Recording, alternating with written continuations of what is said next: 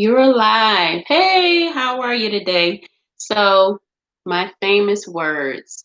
Good morning, good evening, good afternoon, wherever you are in the world. Thanks for tuning in. I want to share a little bit more about the shadow.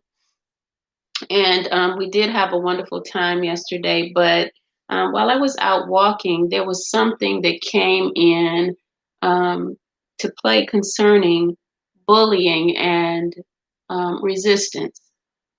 And so the shadow itself will hold on to things such as misuse and abuse. We find ourselves secretly thinking the situations are over, and this will be repeated. It's like you put something down and then you pick something up. It's just back and forth in your mind. So it's there telling you that it wants you to deal with it. And so we do everything we can to silence the voices and the memories, but they are still there because we do not really understand what's happening, nor do we know what to do with the emotions and feelings coming from the deep. And that's the problem that most people have, is that they don't know how to deal with the feelings, and they don't know really what the feelings are saying or resonating. So it's important to understand your feelings. Like, are you emotional? If you're emotional, can you go back and find out what caused the emotions?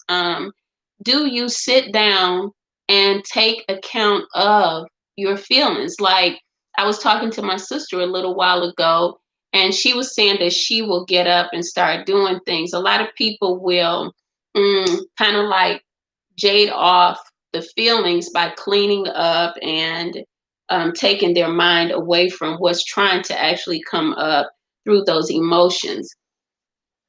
It's important to feel, and it's important to experience the feelings, because then you can get a grasp on what message is coming in the feelings. um the feelings get the blessing. I worked with Bishop um Jordan. I've been a student of his. It's not to say that I'm not anymore. He's an awesome teacher. um And one of the things he would say is feeling is the blessings. I think that people look at the blessing as something like material, tangible, but you can't get tangibility without getting over the pain and the hurt, the skeletons. So, what caused a bully to be a bully? It could be something that happened to them in childhood. It could be something that transitioned from another lifetime. The energy is the area of focus. A bully will get angry if they cannot get their way, and they'll try to make people do what they want them to do. It will go so far as that they may go into abuse. But one of the things that I want to present to those that listen is that you get your natal chart, because this isn't by my own clinician or thought process that I came to these discoveries, but it is God. He says that you will know the truth, and the truth will make you free. Anybody that has stubborn characteristics, or they have bullying type of characteristics, will have earth signs in their chart, such as Capricorn, Taurus, Virgo. The others that will have bullying traits or very controlling traits are fire signs: Aries, Leo, and what's the other fire sign that I'm missing? Anyway, you get what I'm saying. So the point is that if you get your natal chart, and even if you start your children off early, you can see areas in the chart that you can um, master, guide them on, rather than them having to take the roads that we have taken, being that bully or being that harsh spoken person, and people misunderstanding us, and we feeling like it's just okay. People should accept us. You know, I often wonder how a person thinks when they talk hard to you, but when you show them a truth, they feel put out. They feel like it's the worst thing in the world. So they can give truth, but they can't accept truth, is what we find. And so in the Bible, I want to add that the bulls and the rams, in the Bible had a reason that they were used, and it was for a sacrifice. So we know that in the Bible, the bulls and the rams were sacrificed to atone something. And atone means to bring something into oneness, add oneness, right? And if you didn't know, now you know. The sacrifice is for atonement, for a healing, to bring a union. In many cases, people are saying that your dark side, it has to die, but how could it die? Your flesh must die. How could it die? The spirit needs the flesh to use it, to utilize it through life. So your flesh can't die. What it can do is become unified with your spirit, which is what atonement is, the oneness. And so the atonement of a bull, I'm going to read this to you. According to the Bible, it said in Exodus 29:36, sacrifice a bull each day as a sin offering to make atonement. And sin is a mistake. It's how we are utilizing life or our personality in relationships, which is what the world is about because we meet people every day. How we misuse our opportunity of being in the presence of others. So a bull was sacrificed, even so that a bull has the ability without discipline to be a bully. I mean, you look at what the bull does, it goes straight out and it's headed to hit something, right? No regard, all right? So to give the discipline across the board to someone that has an earth sign would be that they realize how others feel when they come at them the way that they do.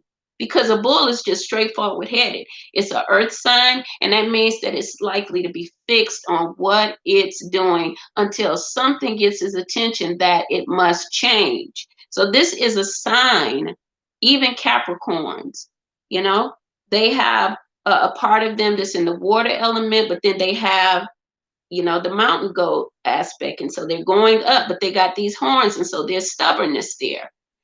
To bring a healing or a union means that there has to be an atonement in the area that the Capricorn has been dealing with concerning stubbornness, right? So with the fire signs, the ram, and of course, many people have heard about Abraham and his son. So it says in Genesis 22:2-3, the Lord says, take now your son Isaac.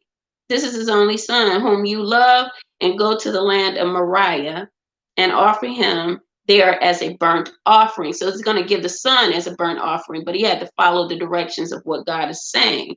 So Abraham rose up early in the morning and saddled his donkey and took two of his young men with him and Isaac, his son, and he split the wood for the burning and rose and went to the place of which God had called him to, which was Moriah. So he was called to do this sacrifice, much like people avoid the shadow telling them something that needs to be fixed because you just look at your past as something that you can avoid. Well, you can't. That's escapism, like what Pisces generally does. We'll get to that, not today though. So avoiding things just puts you on hold with things. You're stuck. You're not able to go forward. Why? Because you still have unresolved issues. Most of it is in the childhood. Anyway, let's go back to the sacrifice. Because see, if I give this thing up, then I probably will have a better life. But because I'm used to doing things the same old way that I used to, then I won't let it go. I won't give it up. I'm afraid. I might be traditional. I may not even live by faith, like I said, or like I tell people, especially if I go to church and I tell people I live by faith and, you know, not by sight. Something will trigger and register. However, you could like get off of my channel. You need a little bit of help. God bless you. ah, Figure that one out for yourself, okay? All right, so someone just said something humorous, but I'm going to repeat that later here. I'll talk about it later. Nate need a little bit of help here. Nothing to do with what I'm talking about. You figure that one out, Helmet. All right. So going back to Genesis 22 with Abraham and his son, he goes on up, but then God tells him that there is a ram in the thicket. So the sacrifice of the ram is to overcome the controlling, heated up personality that the ram has. The ram is stubborn, and here we are again. So, why are you not able to let go of the challenges? Because you don't want to sacrifice part of who you are, is what usually what it is.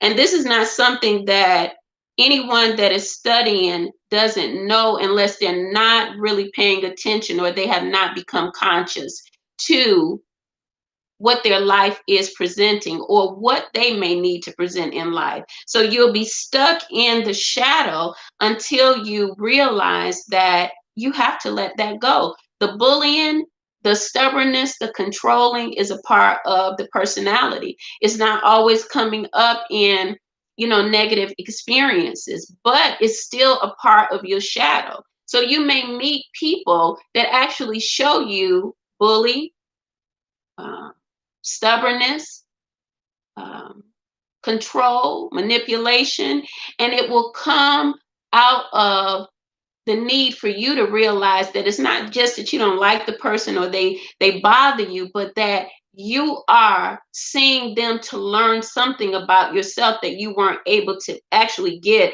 from within. Now, what's the key? And how do you actually overcome? You go within. You start praying and you go within. And if you really recognize that there is a bully in you or you're resistant to change something about yourself, then what happens is you'll begin to feel that resistance leave because now you're addressing it. Many people are not consciously facing past situations or who they really are and who they can become. And when you are ready to become, you will face the fact that you were afraid, that you couldn't let go of bullying a person because it was something about being able to be in control. You may have been able to convince people about things that you said and you done in a harsh way. You didn't know that you may have been oppressing them actually, but this is where your change comes, is facing your fears. You don't have to control things. What you have to do is be you, and if you don't want to make the changes, then you don't have to do that. These are solutions for a better life because most people are not living their best life due to the fact that they're living their past, something that's outdated. All right. So in the description box, you will find information about our class, which will be coming up on Wednesday, the 29th. You'll be able to learn more about yourself and how to discover, walking into your best life, letting go of old traditional ways, the abuse, domestic violence, not being afraid of the abuser because the gates of hell are open to those that believe they can be hurt. But when you close those gates and you give them no more access to your life, that's when you begin to master your life and those fears begin to dissipate. All right. So thanks for listening. Thanks for joining. Helmet, get you a life. God bless you and have a wonderful day.